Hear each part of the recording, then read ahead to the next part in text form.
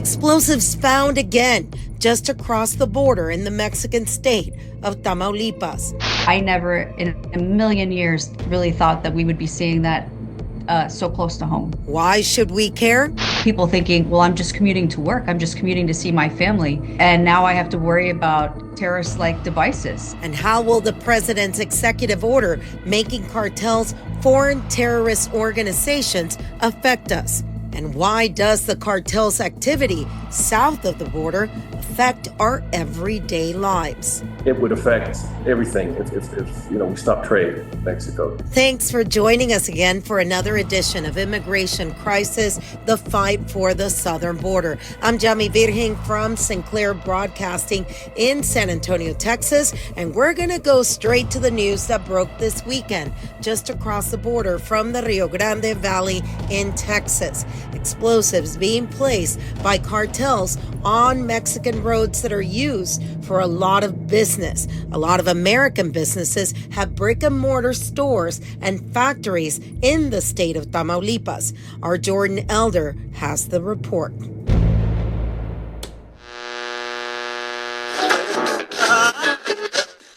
Don't touch, don't move, don't manipulate. Residents in Tamaulipas, which is across the border from Brownsville, woke up to a concerning message. Cartels are placing explosives like these along the roads. It's a shame that those are images I thought I left behind in the combat zone in Iraq and Afghanistan. And now I never in a million years really thought that we would be seeing that so close to home. Patricia Driscoll grew up along the border, later serving as a military contractor. People who are from there, we don't think of our Mexican border as a war zone, and we don't want to. She says this message is alarming for people in border cities who cross back and forth every day. People thinking, well, I'm just commuting to work. I'm just commuting to see my family. And now I have to worry about terrorist-like devices. This is a 24-hour command center that we have here in the border on the U.S. side. Security experts like Jorge Luis Cisneros are watching these threats closely. His company provides protection for companies in the U.S. and Mexico. The cartels are fighting each other, but they're not looking to hurt Americans or any travelers that are foreigners. Some are still worried this could be retaliation or a warning. President Trump signing an executive order this week designating drug cartels as foreign terrorist organizations. I'm not sure that it changes their behaviors anymore, but it is definitely time for them to see that the United States is not going to allow it to continue business as usual. Long-term violence could have big impacts on the economies of both countries. Millions and millions of dollars that are coming back and forth, and we have to protect the people that are involved or working there. Congressman Tony Gonzalez represents several of those border cities. He tells us action is being taken to curtail cartel activity. Quote, Mexico needs to play a vital role in this, and current interactions between the United States and Mexico's government officials are rooted in improving safety and security initiatives across the board. So far, there haven't been major threats in cities like El Paso, Eagle Pass, or Del Rio, but as tensions rise, officials are urging travelers to be careful.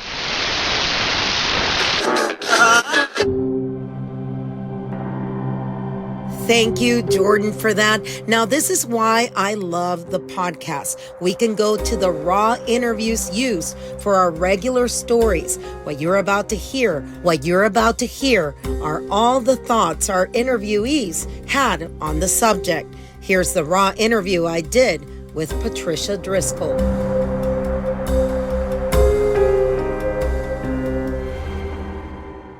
Your area of expertise is security, but you're very familiar with the U.S.-Mexico border.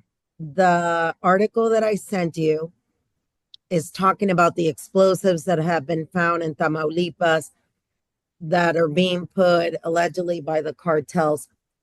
Why should we care, and how does this affect business on both sides of the border? The reason that this is so important is because we have a long-standing relationship in Mexico. We are neighbors. We are family. We do business on both sides of the border. We're very dependent on each other for our commerce, for our business, for our livelihood. Our families live across the way. I grew up in El Paso on the border, and it is I can't tell you how many people go back and forth every single day to work. And I can't imagine how scary this must be to see these reports, because we had one in December too, where a shootout led to 10 IEDs being found on the Mexican side. And it's really scary to people thinking, well, I'm just commuting to work. I'm just commuting to see my family. And now I have to worry about terrorist-like devices. I mean, this is the stuff that we were seeing in Iraq and Afghanistan, and we've dealt with in a war zone. But no one thinks of our Mexican border, people who are from there, we don't think of our Mexican border as a war zone, and we don't want to. I think a lot of people, and you hit it on the nose, a lot of people don't realize the amount of business, import, export that is done between the US and Mexico. There are a lot of companies that specialize in doing security, even from here, for example, for HEBs, for the Walmarts in Tamaulipas. How difficult is it to keep things safe in another country, especially one right now that the president just signed an executive order naming the cartels FTOs? So I don't know how much it's going to change the cartel activity, recognizing them for what they are, which is terrorists. You know, they have terrorized communities and businesses for a very long time. It has seemed to have escalated. The cartels that I grew up with in El Paso had lines, had very defined rules. They didn't target women and children. There were certain businesses they left alone because they realized commerce is the backbone of both of our communities. We depend very heavily on the produce that's coming from Mexico, for example. The United States, our grocery bills are already extremely high, but can you imagine now with the additional security costs, or the fact that these trucks are getting hijacked or blown up, something like that starts to happen on a regular basis, all the costs will rise in doing business in Mexico, which will affect our purchasing in the United States. No matter how much we're trying to curb inflation, this is only going to increase the cost of our produce, for example. But all of our goods and services coming across. But we should never have to worry about the safety of our family members or our businesses and our products going back and forth across the bridge. I mean, we have such a huge law enforcement presence, both on the Mexican side and the US side. And it's just scary to think that these are wars and things that we thought happened in the barrio, and they didn't happen at the bridge. They didn't happen in places where we're commuting. And now it's something that we really need to be concerned about. But Trump naming them a terrorist organization, I'm not sure that it changes their behaviors anymore. But it is definitely time for them to see that the United States is not going to allow it to continue business as usual, and that we're going to take this seriously. We have launched our military down back on the border. That's something we haven't done in 4+ years. Our military has been removed from many of the border operations over this last administration. So day one, hour one, they're seeing Trump is very serious in the fact that he's putting people down there and won't hesitate to do something about an attack that he sees on the United States. How important is it to keep the companies that are over there doing business, the US companies that are over there, the businessmen that go over? I've gone with a few of them into Juarez when they're doing business just to see their security and what they do. If they can't go into Mexico, specifically in the border states, and feel safe, how will that affect what they do? And even if they set up maquiladoras, the fabrics on the other side to give work to Mexicans. So the maquilas are a very big part of our border communities and our businesses and our way of life, both on the US and on the Mexican side. And if you can't feel safe, businesses are going to have to make a business decision and decide whether or not Mexico is the right place for them to do business anymore. And that becomes a big danger, because now you're talking about serious unemployment on both sides of the border. It isn't just the impact on prices, but companies saying, hey, you know what, if we can't operate safely here, if our executives can't go back and forth, we're just going to have to go to Malaysia. I mean, it starts pushing our businesses back into other countries instead of bringing it closer to home, which I do know was one of President Trump's goals, was to continue to grow manufacturing back into the United States. But we can't do that without the partnership from Mexico. We always had a great partnership in that, but we saw that as prices went down, as security got bad, companies started to leave the border communities and they started to go to China. They started to go to Malaysia to set up shop over there. The images that I sent you that were sent out by the government of the state of Tamaulipas, it says, don't touch, don't move, and don't handle it. What are those images there on that warning that went out to everybody? Those are warnings on, just like we used to have in Afghanistan, of stay on your path and don't pick up things that you don't know what the heck they are, because they could be an incendiary device. It could be a bomb. It could be all, you just don't know what it is. And it's a shame that those are images I thought I left behind in the combat zone in Iraq and Afghanistan. And now, here we are seeing mine signs. I never in a million years really thought that we would be seeing that so close to home. It is a shame. The president of Mexico, Claudia Sheinbaum, said this week in a speech about 5 days ago when President Trump was sworn in, when he signed the FTO, she's particularly and specifically said, we are a separate country. We will defend our sovereignty, and the U.S. needs to take care of their business, basically, on their side. We will take care of our business, and we need to communicate. I think a lot of people don't understand what that FTO also means. It allows certain things to be done by the United States, right? Yes, when you designate a certain group as a terrorist organization, it does give us other authorities and powers to go after it. And it is recognized by the rest of the world as, hey, it might be happening in your country, but if they are doing things to target our citizens and target our safety, we also have a right to respond. And nobody likes that because, it puts us in kind of a combat zone right next door. But some people will say, well, that's where we've been. And it's time that somebody starts finally recognizing it. Maybe in this order that Trump has put out, Mexico will see that this administration is very different from the last one. And we are going to work together to resolve this problem. We're going to have to do it together.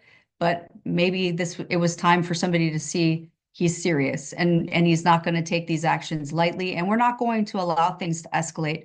We're not going to allow our businesses to disappear from either side of the border. It's not to either one of our benefits. So I feel like we have to work together. But, Trump goes in hard. Everybody says it's part of his negotiating tactic. He's going to come in and take over the canal. He can't do that in Panama, but, he can come in and say very bold things. He can go put the military on the border and say, okay, come on, let's talk. I'm serious. So let's talk about what it's going to take to get both of us on the same page when it comes to security for both of our countries. So in so many of the changes that we've seen in the past week, we've also seen Trump name a new chief of the Border Patrol and make that chief a political position that reports directly to the President of the United States, which is highly unusual. We've never had a chief who was political. At the same time, Texas has now left a vacancy with its Texas border czar. So maybe Texas will pick up a good friend of the Border Patrol, a good friend of the current chief, and bring Chief Jason Owens down there and help Texas be a part of that conversation. Because remember, it's not just a federal government conversation. It is a state level conversation. And here in the state of Texas, we need to make sure that we are actually taking charge and being a big part of that conversation, because it is also our DPS, our sheriffs, and our communities that are dealing with these big federal level decisions. What's the importance of having a border czar in Texas? Is it because of the geography and being right next to it? I think having a border czar in Texas is extremely important. Governor Abbott did a very smart thing when he made that position to let people know, look, it's not just a DPS thing. It's not just a sheriff thing. I, at a state level, care very much about our infrastructure, our technologies, our building the wall, because it's not just the federal government responsible for our safety, that we take that very seriously in the state of Texas. So I think it was a brilliant thing that he's done. You know, and Texas is re-looking at how they are going to secure the border no matter what administration is in place in Washington, D.C. Texas knows that they need to be thinking about its future. And I like the fact that they've come up with the czar, so maybe that guy gets a seat at the table because he should be in the middle of all these conversations so the state of Texas is not left out. Thanks, Patricia. We also spoke to a former FBI agent in that story with Jordan. Jorge Luis Cisneros is the president of Safe Track LLC, a security company providing security for American and Mexican companies on both sides of the border. Here's the raw interview with Cisneros from his remote security headquarters in McAllen, Texas.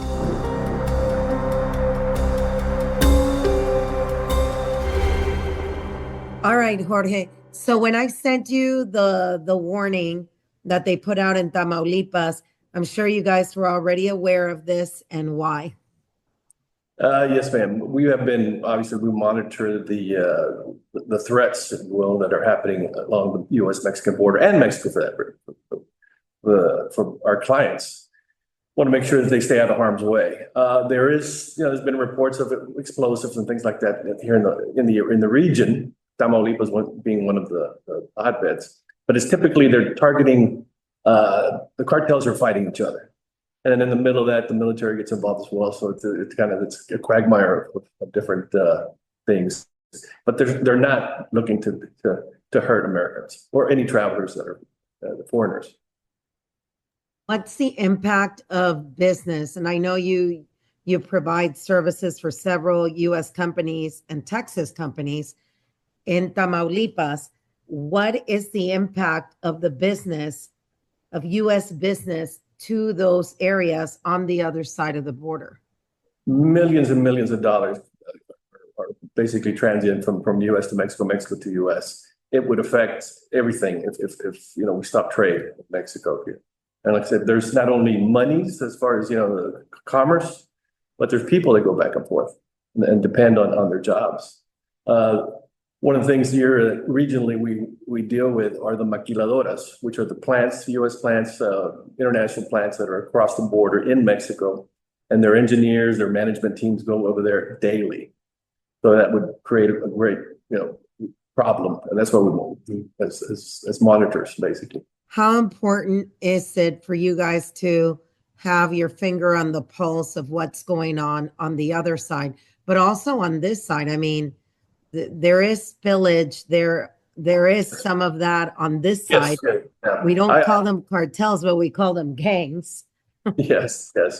No, we monitor daily, hourly. I mean, we're involved with the different internet programs we have, and obviously we have sources throughout Mexico that help us also, human sources that facilitate information to us and keep people, again, out of harm's way. For anybody that sees this, that doesn't live in Texas, how would you explain the relationship between businesses on both sides of the border, and for it to be secure, not just on this side of the border, but on the other side? Right. Again, the businesses like we protect. I mean, there's millions and millions of dollars that are coming back and forth, and we have to protect the people that are involved or working there. Not everybody is bad, and obviously the concern is with the cartels that they're fighting, and we try to keep up with the trends that's going on with them. But it's super important to basically keep people safe. And that's our job and our mission. Yeah, your mission every day is to keep your clients safe and their interests in Mexico too, right? Yes, ma'am. What would happen if these businesses, U.S. businesses, pulled out of Mexico? Oh, it would be a tremendous detriment to everybody here. I mean, you can imagine the economy would sure fall or falter. There's hundreds of companies that are operating on the Mexican side that have interests in this trade. What kind of goods are we talking about? Everything from medical supplies, medical equipment to automotive supplies, automotive parts, things like that. And of course, in our region here, here in Fort Texas, probably we have the biggest import of produce in the country. Other than the produce that are coming in, I mean, that it's a symbiotic relationship. I don't think people can Yeah, by all means. I mean, we restrict. Let me say this again. Both countries, have benefits out of this relationship. It's been around so long. Friends, that is all for now on another edition of Immigration Crisis, the fight for the southern border. I'm Yami Virgin for Sinclair Broadcasting in San Antonio, Texas, being the eyes and ears of what's happening on the southern border for more than 20 years. Until next time.